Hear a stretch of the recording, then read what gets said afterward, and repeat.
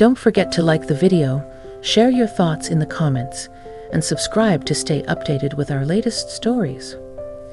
It started like any other Tuesday afternoon, uneventful, quiet, and honestly, a little lonely. The kind of day when the light hits the kitchen just right and makes you miss something you can't quite name. I had just turned 58 a few months ago, and though I told everyone I was comfortable with aging, there were days when I didn't believe my own words. I headed to the local market to pick up some groceries. Nothing fancy, just milk, eggs, some green beans, and those crackers my husband likes to sneak into the pantry. I pushed the cart lazily down the produce aisle, half distracted by the feeling that I had forgotten something. My phone buzzed, but I ignored it. Probably just a spam text or one of those appointment reminders I never check. Then I saw him. At first, I thought it was someone I used to know. A distant cousin, maybe, or a neighbor I hadn't seen in years. But as he turned, I recognized him. It was James Whittaker, my husband's boss, the big guy at his tech firm. We had met only once, briefly at a company holiday dinner 3 years ago. I remembered thinking he looked too young to be that powerful, but now, under the harsh grocery store lighting, he looked different, older, more human. He spotted me before I could duck away. "Elaine?" he asked with a puzzled smile. I forced a polite one back. "Mr. Whittaker, what a surprise." "Please, just James. I didn't expect to see you here." "Small world," he said, glancing at my shopping cart like it held the key to a mystery. "Just grabbing a few things. It's my quiet day," I replied, suddenly aware of the faint crinkle in my blouse and how I'd forgotten to touch up my hair before leaving the house. Funny how certain people make you more aware of yourself. "I hear a lot about you," he said. "Mark talks about you often." That made me pause. My husband wasn't the sentimental type. He didn't exactly gush about me at work, or at home lately. "Oh," I tried to sound casual. James nodded and leaned slightly on his cart. "Yeah. Says you've got this calm about you that keeps things steady. I admire that. Stability's rare these days." I wasn't sure what to say. There was a tone in his voice. Not flirtatious, not quite, but something closer to genuine interest. It made me uncomfortable, but not in the way I expected. It made me feel seen. He must have picked up on my hesitation because he added, "Sorry, that probably sounded odd." I've been thinking lately how much people anchor us without knowing." I looked at him then, really looked. The deepening lines around his eyes. The way his shoulders sagged just slightly, like he was holding something invisible but heavy. He didn't look like a man who was just buying celery and paper towels. He looked like someone carrying stories he hadn't told. "I guess we all carry more than we say out loud," I said softly. He smiled, not the rehearsed business smile, but something quieter. "Exactly." We stood there for a moment too long, two strangers connected by a husband neither of us fully understood. And then, as if waking from a daydream, I glanced at the time. I should get going. "Of course," he said, pulling his cart back into motion. "Maybe I'll see you around again." As I turned down the dairy aisle, I felt strangely unsettled. Not in a bad way. More like someone had opened a window in a room I'd kept closed for years. That evening, I told Mark I ran into James. He barely looked up from his laptop. "Huh. Hope he wasn't bugging you." "No," I said. He was thoughtful. Mark grunted, already back into his emails. I stared at him for a moment longer, wondering how we'd become so used to silence. The next morning, James sent me a friend request on Facebook. I stared at the notification for a full minute, then deleted it. but the feeling didn't go away. That sense that something had shifted just a little. Over the next week, I found myself thinking about him more than I should have. Not in a romantic way, just wondering. About what he meant when he talked about anchors. About the stories he might be holding. About whether he saw something in me that I'd forgotten how to see in myself. A week later, I was back at the same market. This time, I wore mascara, just in case. He was there again, browsing the wine aisle. I didn't approach him, but he looked up, saw me, and gave a small wave. This time, I smiled first. When I got home, I opened my journal, something I hadn't touched in months, and I wrote something about that man made me feel like I wasn't invisible. 2 days after that, I got a message from him. Elaine, I hope this isn't crossing a line, but if you ever feel like talking over coffee, I'd appreciate the company. No pressure. Just 2 people trying to remember who they were before the world got loud. I stared at the message for a long while. My hand hovered over the keyboard, unsure. But my heart had already whispered yes. I didn't reply right away. I left the message sitting there, glowing softly on my phone screen like a secret.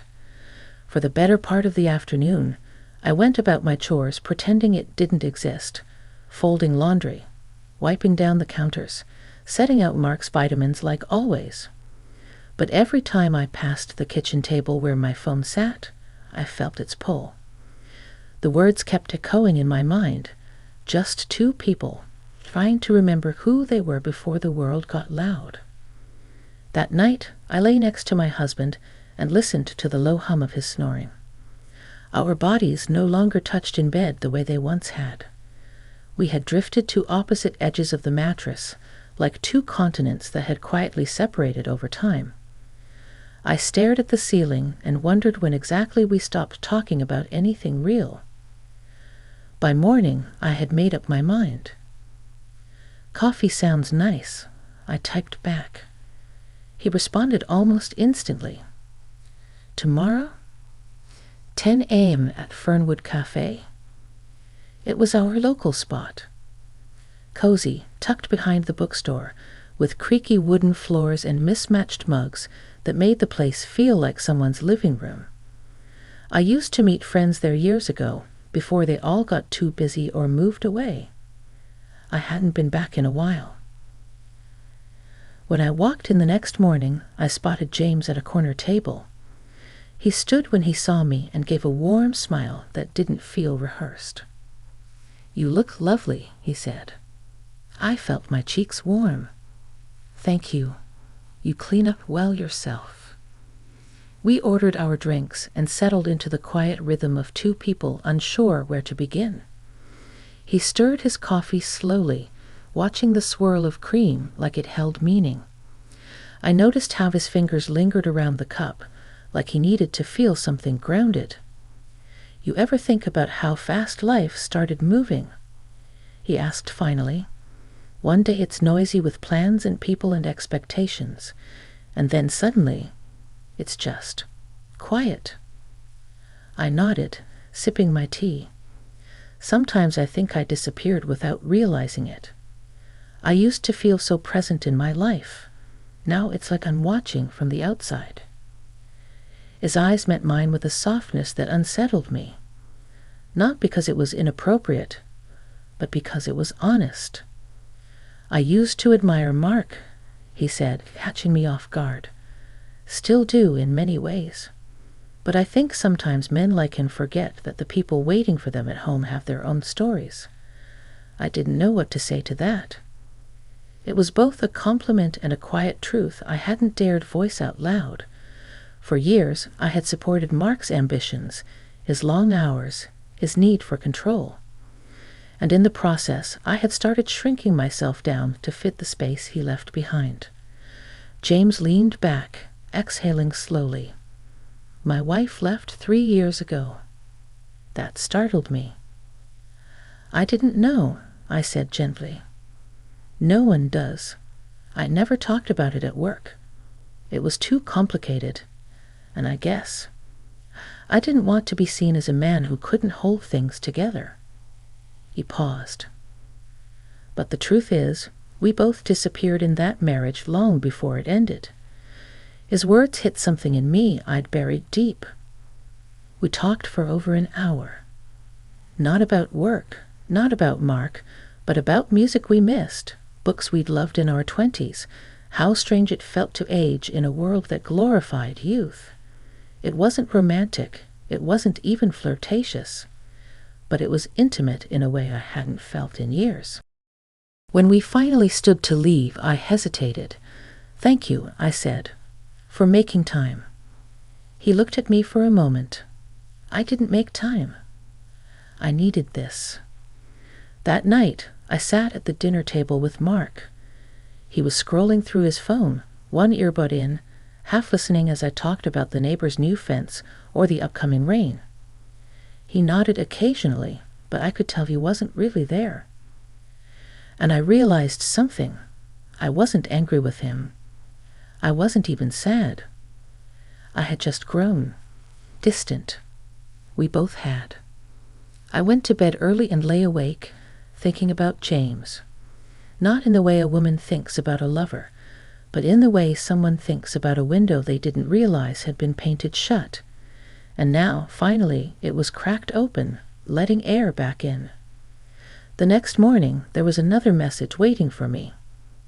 "Would you like to walk at the park this Saturday? It's supposed to be beautiful." I didn't hesitate this time. "Yes, I'd like that." Saturday morning arrived soft and golden. One of those early spring days where the air feels fresh enough to make you believe things can begin again, no matter how long they've been dormant.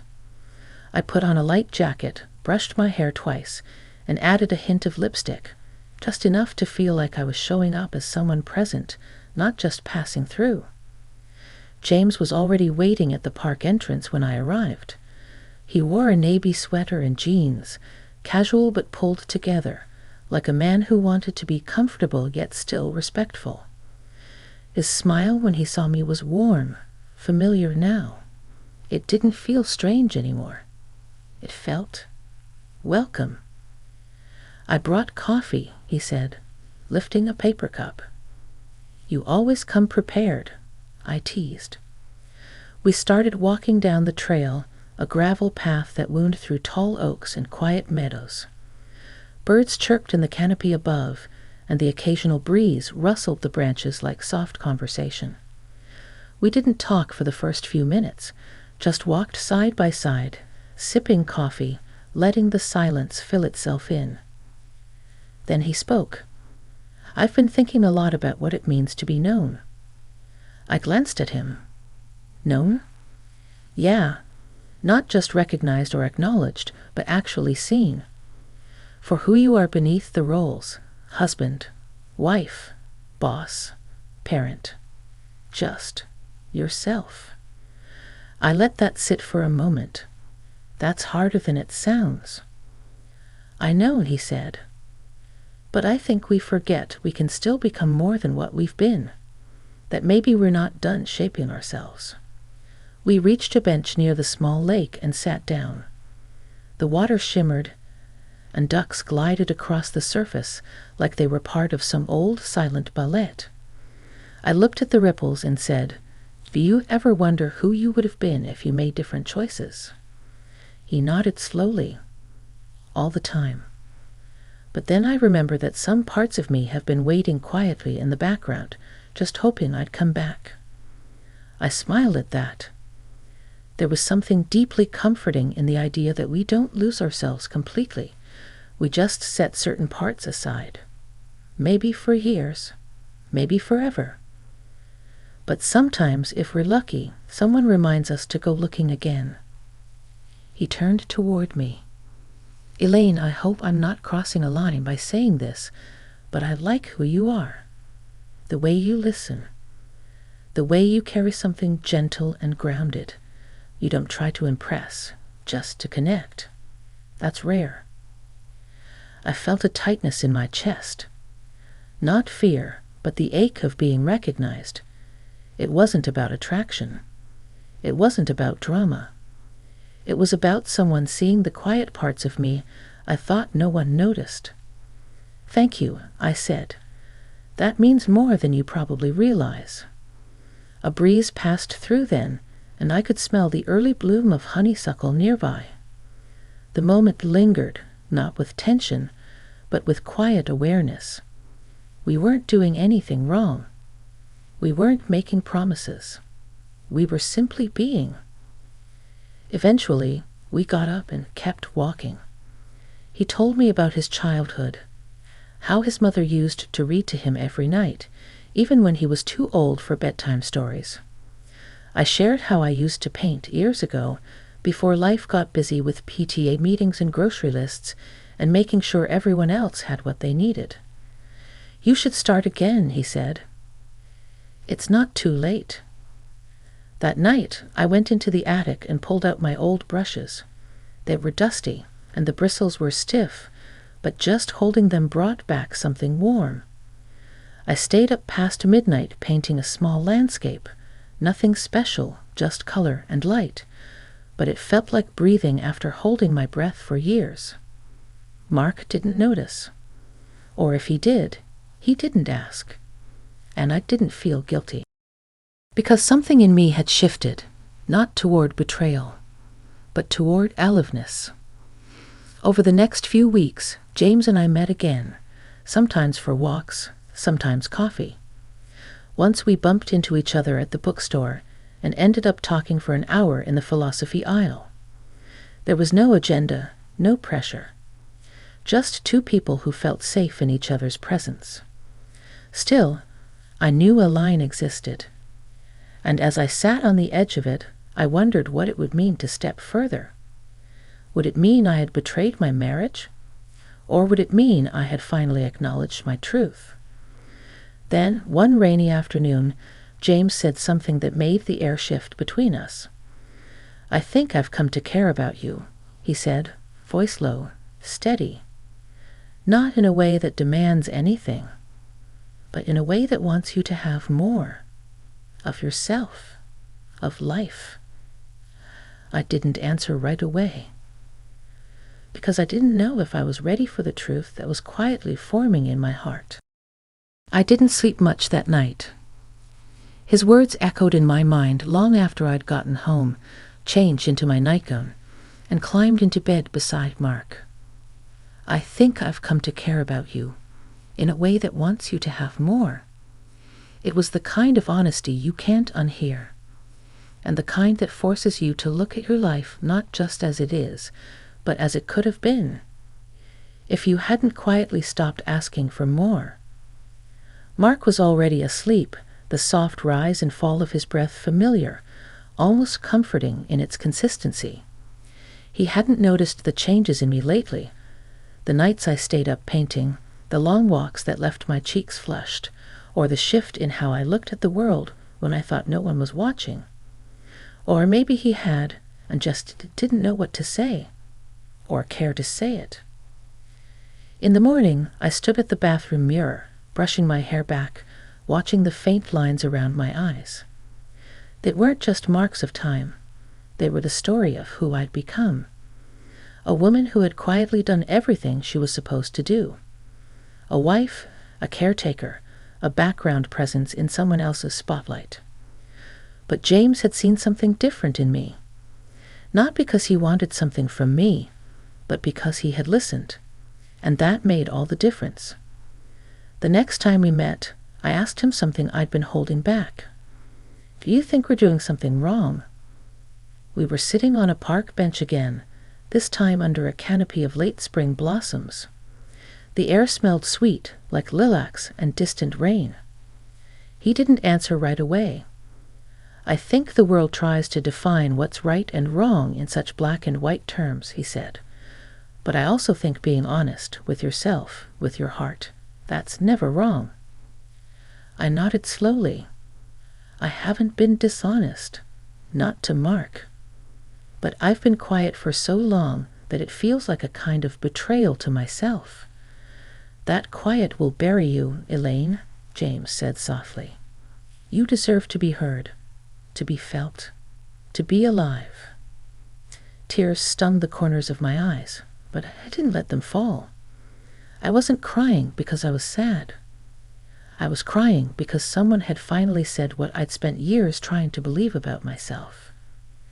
We didn't touch, not even once.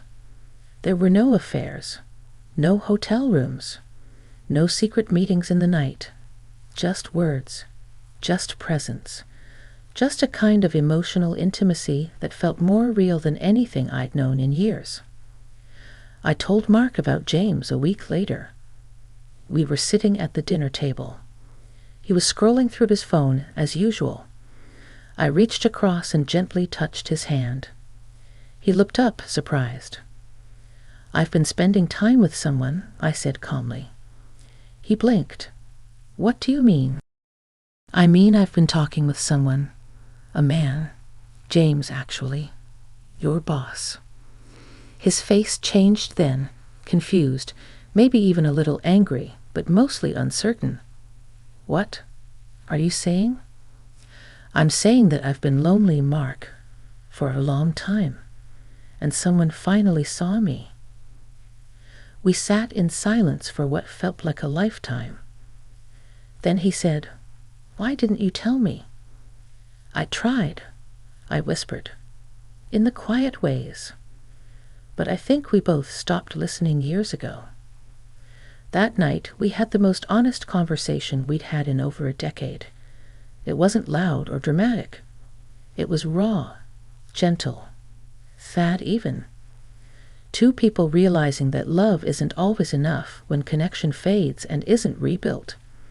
And that sometimes staying together without truly seeing each other becomes a kind of slow erasure. We didn't separate, at least not right away. But things changed. I started painting regularly. I joined a book group.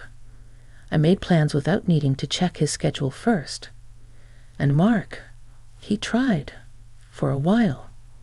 He asked me about my days, sat at the dinner table without his phone, sometimes even held my hand. And James, he didn't press. He never pushed. He remained, quietly, in the background of my heart, a reminder of what it felt like to be seen. We still crossed paths now and then.